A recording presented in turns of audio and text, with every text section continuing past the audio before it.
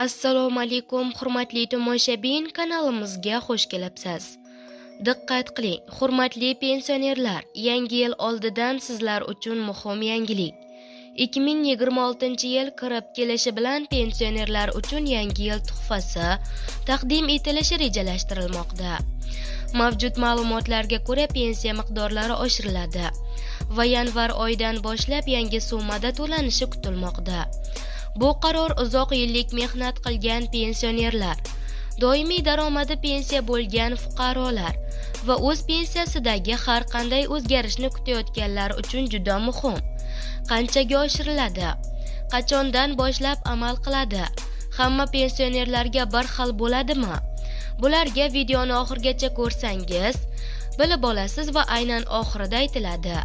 Agar bu yangilik siz uchun muhim bo'lsa, like bosing, boshqa pensionerlar ham ko'rsin. Obuna bo'ling pensiya va ijtimoiy to'lovlar bo'yicha eng so'nggi rasmiy xabarlarni o'tkazib yubormaslik uchun. Diqqat qiling, yanvar oyi pensiyalari qachon to'lanadi va qanchadan to'lanadi?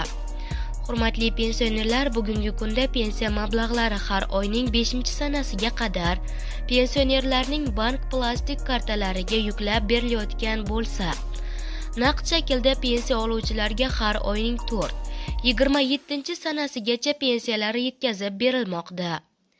Ma'lumki, joriy yilning 31-dekabr, 4-yanvar kunlari yangi yil bayrami munosabati bilan yurtimizda barcha fuqarolar uchun dam olish kunlari deb e'lon qilindi.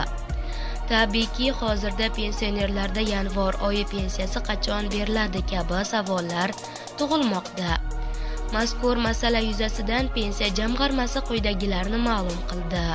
Pensiya jamg'armasi tomonidan moliyalashtiriladigan mablag'lar har yil uchun tasdiqlanadigan O'zbekiston Respublikasining davlat byudjeti to'g'risidagi qonun bilan ko'zda tutiladi.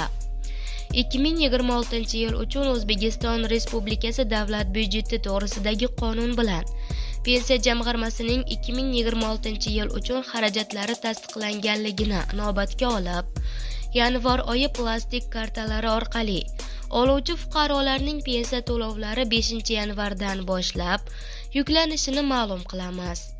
Shu munosabat bilan 2026-yilning 5-yanvar kunidan boshlab pensiya jamg'armasi tomonidan pensiya to'lovlari uchun mablag'lar pensiya yetkazib beruvchi tashkilotlarga moliyalashtirib berilishi boshlanadi.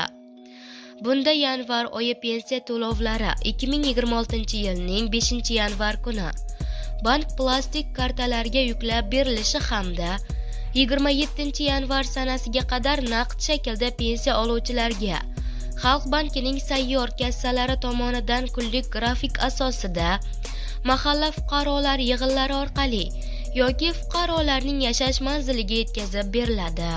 Fuqarolar pensiyalari bo'yicha savollar yuzaga kelgan taqdirda pensiya jamg'armasining 1271 ishonch telefoniga murojaat qilishlari mumkin, deyiladi xabarda.